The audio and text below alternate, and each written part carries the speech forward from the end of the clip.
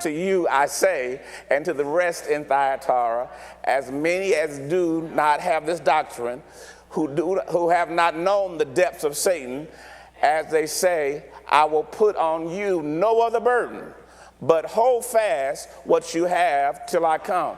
And he who overcomes and keeps my works until the end, to him I will give power over the nations. He shall rule them with a rod of iron. They shall be dashed into pieces like the potter's vessels. Also, as I also have received from my Father.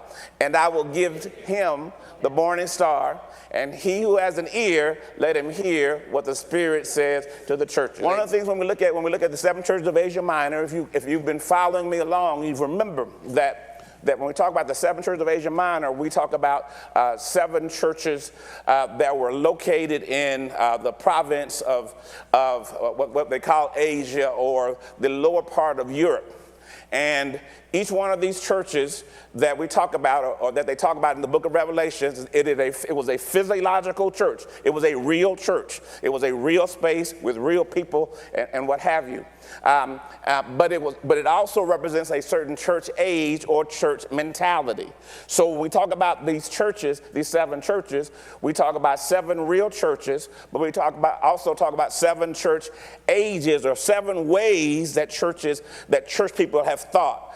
Seven eras, seven mentalities, seven ways of thinking, seven time frames. And so when we look at the seven churches of Asia Minor, we're always thinking about what happened to that specific church. And then we have to step back and say, what does it say about the church mentality? And then sometimes I would even challenge you to step into and say, let me step into myself, and what does it say about where I am? So when I look at the seven churches of Asia Minor, it's seven churches, that physical church, a little bit of history of that. Then I want to look at what God is saying prophetically to the church, or the church age. And then I can step back and say, wait a minute, now then where am I in that? So when we look at the city of Thyatira, because remember we're talking about the seven churches of Asia Minor, were literally places where there were seven cities. And so the first church is Ephesus. The second church was Smyrna, right here. And I know it may be a little unclear. Ephesus was right here, Smyrna was here, Pergamon was here, and then Thyatira was right here. Now Thyatira was a very interesting city because it wasn't that big of a city like Pergamon. Pergamon was a huge city. That's why last week, remember, he called it the bed or the seat of Satan. Pergamon was the capital of this Asia Minor province. In other words, this is where the Greeks set up, this is where the Romans set up, and they controlled all of Europe through this channel right here. And so Pergamum was their spot. Thyatira was very interesting because Thyatira was a smaller place, and it was really there for an elite guard of Roman soldiers to guard Pergamum from any invaders that came from the east, or came from Europe, came from Russia, what we know now. So he had this set up because he says you can't get to Pergamum unless you go through Thyatira. Thyatira is literally my blockade, or the thing, or the city where we will make our first stand. Now, what's interesting about Thyatira, though, is geographically, because of where it is, and unfortunately, I said you might not be able to see it here, but if you look at the topographical study of this, there's mountains here and there's mountains there, and Thyatira is sitting in the middle of a valley. Now, from a military standpoint, it's hard to defend something that's sitting in the middle of the valley, because everybody else got the high ground, everybody's coming down on you, everything else. So Thyatira as a city, even though it was meant to be a military outpost to defend Pergamum, the seat of Satan, it was only there to slow people down, because it did not have geographically, it was not located in a position where militarily you could withstand a lot. So it was just there to say, we're going to fight you and hold you up until they get ready for you in Pergamum.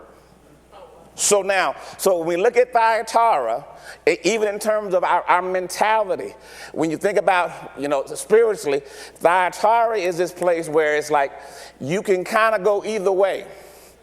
You're kind of at a crossroads. You got a lot of Jesus in you, and you got a lot of the world in you. And it just depends upon the day. Am I making sense? And so it's that space in life where you are fully into God, but you got this other side of you that people don't know about. And you love Jesus and you love the Lord, but on a bad day. Does that make sense? Or you love Jesus and you're fully convinced that you're going to walk with him, and you're going to be his saint, and you're never going to sell out. Probably. Now, does that make sense to you? Where you're like, I don't care what nobody say. I ain't never turn my back on Jesus. Probably.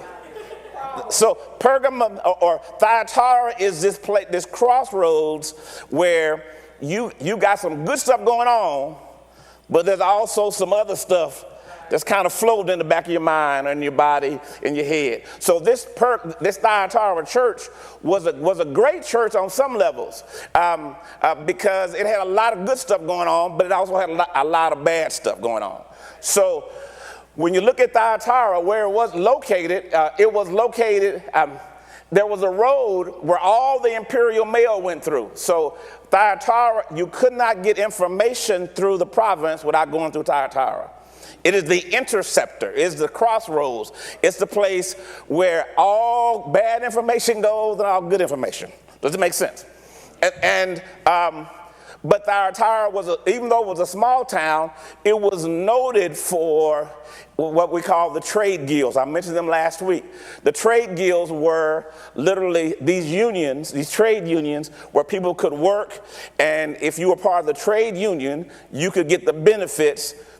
Economically, you can get the benefits in contracts because you were a part of that group, these trade guilds. And so if you can imagine, Pergamum was this hotbed of Satan where you have all this industry going on, but Thyatira was the place where it was known for the trade guilds. Even though it was a small city, it was known for big things in terms of their commercial use, and everybody there is making money, but the way you make money is be part of those who are in. The way you make money is be part of the trade guilds.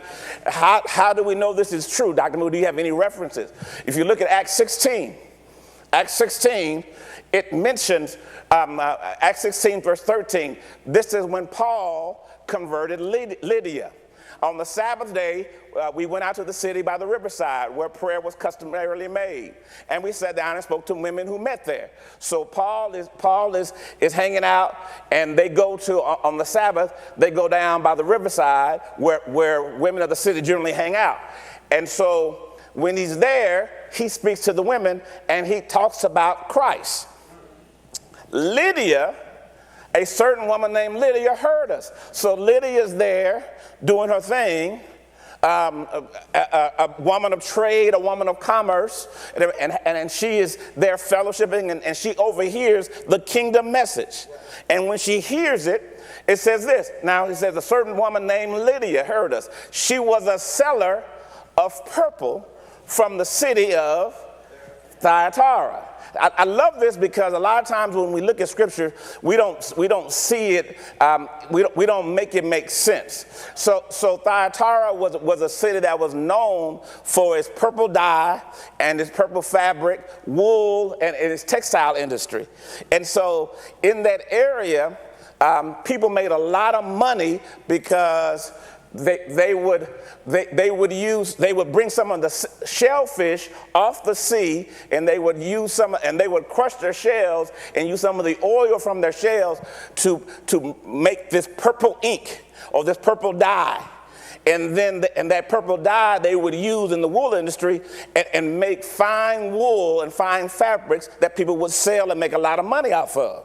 So Lydia get saved here in trials with Paul. And they know Lydia because she is a seller of purple from the city of Thyatira. She's now who worshiped God. So she was a Christian from Thyatira who heard the message, or she was probably a Jew from Thyatira who heard the message and turned to the ways of Christ. But her trade or her life or her and everybody who knew her as a seller of purple goods. Am I making sense? She was from Thyatira. When you look up Thyatira and you Google Thyatira and you look up it in your Bible dictionary, you're going to see it was a small commercial city, but it was known for trade guilds and especially the textile or dyeing or the clothing industry and the dyeing industry, or not dyeing in terms of physiological death, but dyeing in terms of changing color on fabric. And so Lydia gets saved here. And the Lord opened her heart to heed the things spoken by Paul. Notice, she was a woman who worshiped God, so she was probably a Jew. But then when she heard Paul talk about Christ, she was like, oh, wow, Christ is the way. And when she heard her entire household was baptized, she was like, oh, my God. Now, we've been doing these other things to try to get to God, but we didn't know Christ was the way. And so now let me share with my whole household and everything else. And so she's excited about this. But the conversion of Lydia was major because that conversion impacted this entire city because she was a part of the trade guild, which means when she went back to Thyatira, she went back to the trade guild meeting and said, hey, y'all, there is the way. Christ is the way. And they would have, and now this change in her meant a possible change in the economics of the environment. And so now this is important because when we talk about this idea of being saved and giving your life to Christ, remember, we like to make our conversion different or not impacting our economics. We want our conversion not to impact our profession. We want our conversion not to impact all we train for and all we work for and everything else. But when Lydia got saved, her salvation was not, people like to bring half of them into Christ. We don't want to bring all of us in. So if you are a teacher, you want to be a Christian, but not a Christian teacher. If you're a lawyer, you're going to be a lawyer, but not a Christian. Am I making sense? Whatever. We try to differentiate between our profession and our confession. But when she confessed, it impacted her entire household. And her entire household meant that now, when she went back to the trade guilds, what was the problem with the trade guilds, Dr. Moody? If you're going to be part of the trade guilds and we're going to make money together, then we're also going to do what we all do. And so part of our pagan life and pagan worship was we would practice certain things. Remember I told you last week, you hang out with the trade guilds, but in the morning or in the evening when they would have meals together, they would have to either do idol worship before the meal or idol worship after the meal, because that was a part of the whole fellowship. Now, this is why the Bible tells you this. When it tells you to put a person out of the church, it says, and do not eat with them. You've got to watch who you eat with. Because when you share and when you open up, and remember we talked about the god of Dionysus. Dionysus was the god of wine.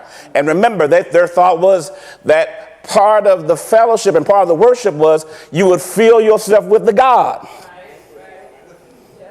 So if you as you would fill yourself with the God, it would give you the opportunity to have fellowship with the God and be led by the God. And so then any activity that you did while being filled with the God was seen as worship.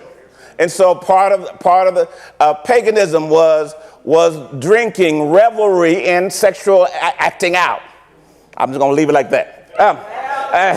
I will leave it like that. So if you can imagine, and think about it, saying for any of us and for all of us, when you think about your unsaved days, most of your acting out involved dining, fellowship, eating and drinking, and then you acted out. Am I making sense? Yeah, somebody say, yeah, I got it. Move on. Move on. Keep it moving. Thank you for worshiping with us today. If you liked this message, you can find the rest at cmllcstore.com. We invite you to join us again for our extraordinary worship services every Sunday at 10:30 a.m., Sundays at 4 p.m., and Wednesdays at 7:30 p.m. Central, where Dr. Moody teaches how to understand the Bible, and you can get all your biblical questions answered. We look forward to connecting with you. We ask that you subscribe to The Rock ATX on YouTube and follow The Rock ATX on Facebook and Instagram to stay connected to all The Rock is doing. You can also get connected on our website at therockatx.org. Again, thank you for worshiping with us, and be blessed.